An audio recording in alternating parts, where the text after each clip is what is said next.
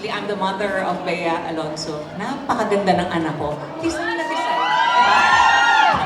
I think maiinis kayo sa akin after ng event na to. Ano ang what if ninyo sa inyong naging buhay pag-ibig?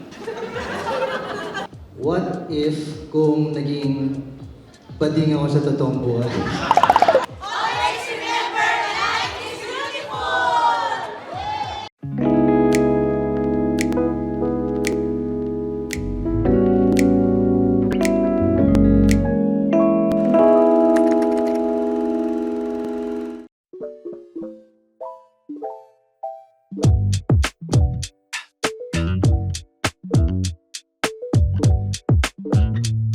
What if binigay mo na ang lahat pero hindi pa pala sapat? Panalo! What if kung siya na talaga, tapos hindi pala?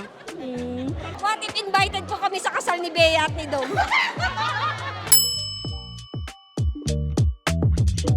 What if hindi pala para sa akin ang pagiging nurse? Oh, like Stella.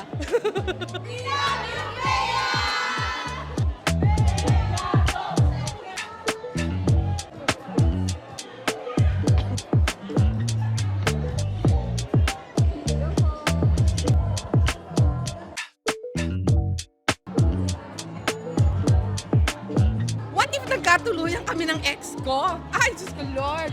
Hinahanap ko pa rin ang lolo mo. That is my what if. Mama.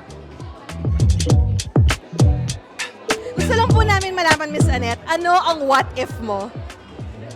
Naku, ang hirap niyan.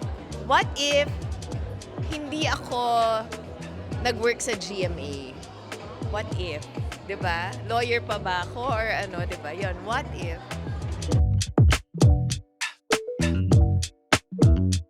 Hi, this is Pao Canyamo. Ang what if ko ay, siguro kung hindi ako vlogger ngayon, siguro nasa abroad ako ngayon, nagtatrabaho. Feeling ko US. Hi, I'm Brian of Boys Love and Pageantry, and my what if is, what if I did not follow my passion and started TikTok? I wouldn't be here. Hi, my name is DJ Yoko Chang. At ang what if ko is, what if kaya kung pinanganak akong mayaman ng parents, di ba? Parang masaya yon. Kasi parang maranasan ko naman. So yun lang po. Hi, I'm Chedi Grace. My what if is, what if kinasal ako ng 25? Maybe I have 2 kids now. Pero I'm happy naman still single for today's life. Hello, good afternoon everyone, ladies and gentlemen. 20 years finally, Miss Bea Alonzo, the box office queen, and Dennis Trillo, syempre, Jimmy Drama King, reunite back on screen to give you this epic love story.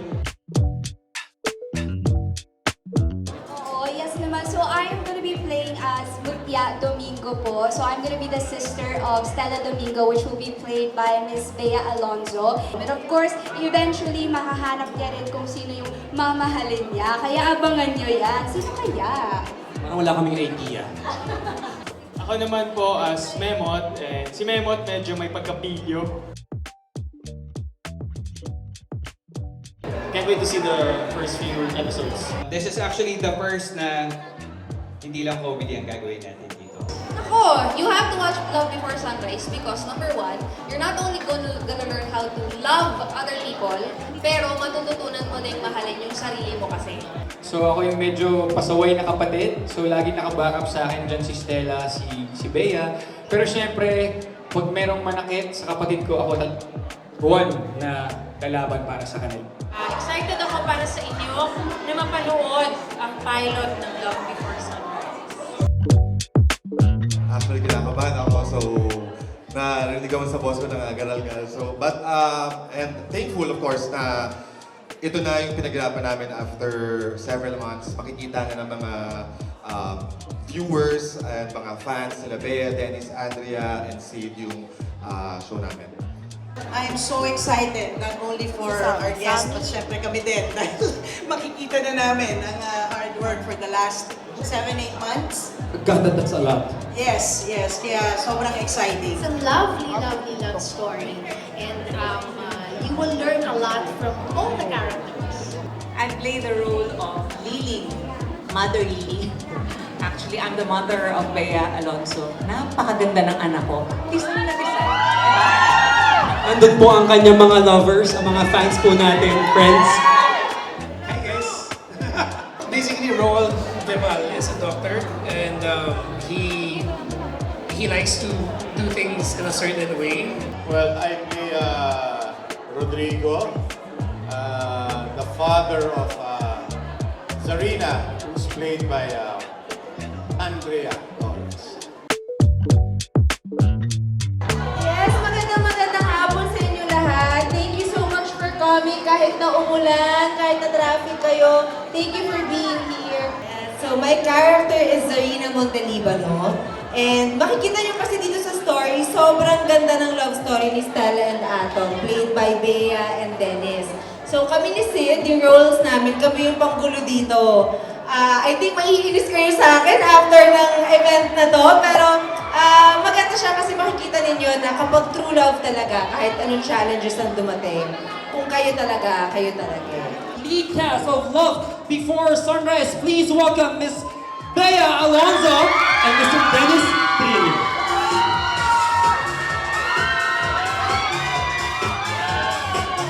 Your lovers over that side, Miss Bea.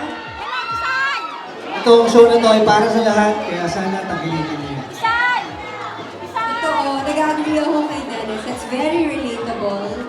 Marami sa inyo mag-resonate sa mga characters. And also, just because it's a big project, it's a collaboration between GMA and View. And balik tambala namin ni Dennis after such a long time. So maraming rason kung bakit kailangan yung panoorin dito.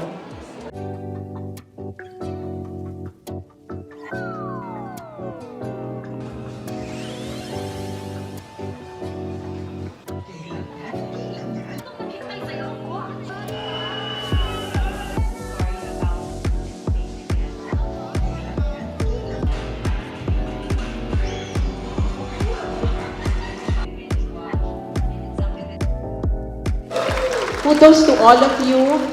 This is such a great project. We're really looking forward to this show. At syempre, ladies and gentlemen, we are so proud to introduce to you GMA's Drama King, Dennis Trillo, as Artemio or Atom Menendez. And we also have the box office queen herself, Miss Bea Alonzo. Of course, she is playing the role of Stella Domingo. Thank you, Miss Doyle. Ano pong message yung kay Miss Bea Alonzo? Who's over there? Sana po lagi po kayong magpapasaya sa amin ng mga fan mo kasi nandito po kami laging sumusuporta sa iyo. Hindi po kami magsasawa. At sana po, yun nga, may happy ending. At mangyayari na po yun sa Bea Dome. I love you! Ang first question ko, of course, for you guys, Dennis, Bea, grabe, it's been 20 long years. Ano yung pakiramdam na you're reuniting once again? It feels familiar, but at the same time, it feels all new.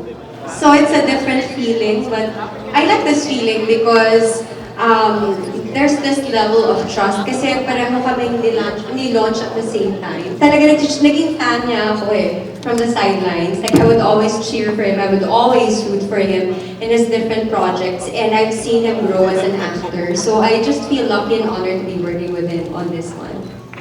Ako naman parang sobrang magical ng pakiramdam para sa akin. Piruin mo, halos talagang simula kami ni Bea noon sa ABS. Sabay kami nag-workshop, sabay kami nagkaroon ng pinakaunang dance prod sa TV, sabay kami ni-launch, sabay kami nag-rehearsals, tapos after 20 years, ito gagawa na naman kami ng isang napakagandang proyekto. Feeling ko sobrang blessed ko and proud dahil hindi naman kahit sino nakakatrabaho ng isang Bea Alonzo.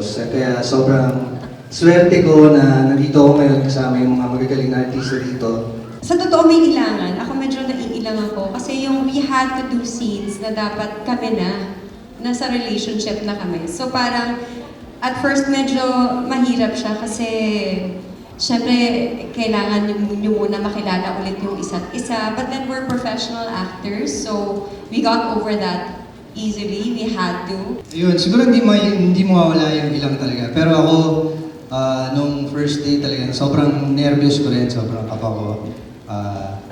Nasa starstruck ako every time ka-eksena ko siya. Kaya pag nasa taping ako, sinecheck ko yung breakdown, gaano karami yung eksena namin ni Bea. Kasi ibig sabihin talagang kailangan kong galingan dun sa eksena na yun dahil syempre Bea Alonzo, box office queen. Nakakakaba yung experience. Pero once nakuha namin yung aming rhythm, yung aming camaraderie sa set, talagang naging maganda na yung flow at naging komportable. Kaya nakita niyo naman yung mga ginawa namin sa eksena. Yes, love it! Grabe! OGs, kumbaga, diba? Si Dennis, si Sid, tsaka ako, kami yung tatlong kabang-kaba pumunta sa set. Pressured na pressured kami kay Bea. Grabe talaga, grabe sila makatrabaho. Kita mo yung dedication and ang ganda na dinidiscuss yung scene bago i-atake, also with Direk. Maganda yung mga eksena namin ni Bea na tapatan, na lumabas pa rin yung pagkakontrabida niya. So hopefully yun, kahit papano, makakonect pa rin sila kay Zarina. Yun. Kasi lahat naman tayo, di ba, flawed. I think yung arc na dadaanan ni Roald is pretty intense. And the very peak of, or the bottom of his arc at least, it goes both ways kasi, is, at least to me, is my favorite part of the show. And I think that's also where all of my heart went. First of all, I am honored and overwhelmed that I was given the chance and opportunity by GMA executives and View Philippines to direct such a powerhouse cast. Napaka-memorable nito para sa isang katulad ko na nagsisimula pa lang maging director. So, ang huhusay ng mga artista ko sa tomboy, wala na ako masyadong ginagawa eh. Ang lalalim nilang umarte. Para sa akin yung experience, napakadali nilang katrabaho. Because they're very collaborative and they're very professional. Naging madali siya para sa akin dahil meron kaming magandang relationship ng mga artista ko. So, it's a two-way relationship na natuto ako sa kanila and at the same time, natuto din sila sa akin.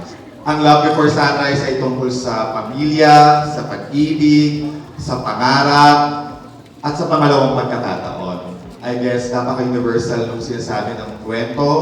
Well, it's been really good. Actually, sa totoo lang nag-i-enjoy kong kasama itong grupong ito. Kaya siguro nag-work itong grupo na ito is because we are willing to collaborate and we respect each other's talents and brilliance.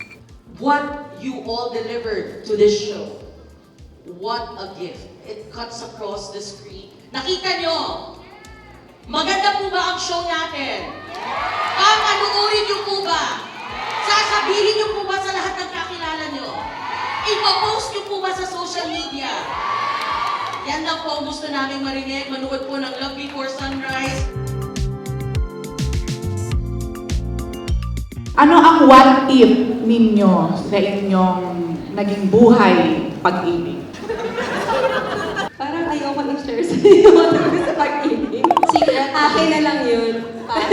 Ito na yung sasabihin ko, hindi ako madalas mag-what if kasi pag nagmahal ako, binibigay ko ng buong buo. Ayun! Ganyan dapat!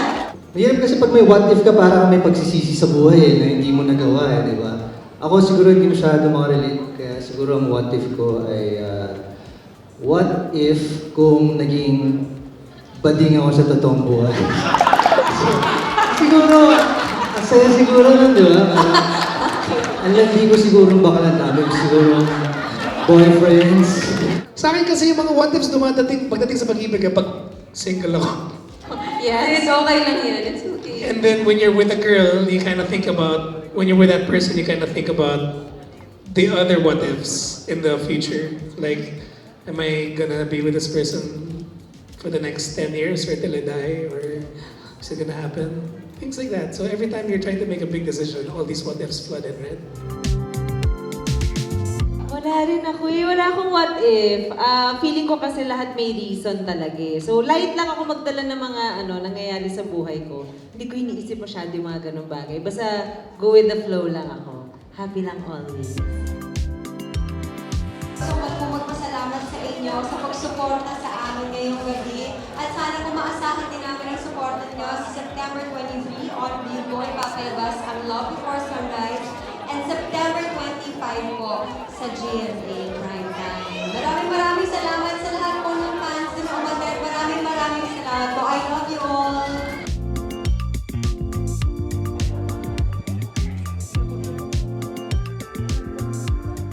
What is my what if?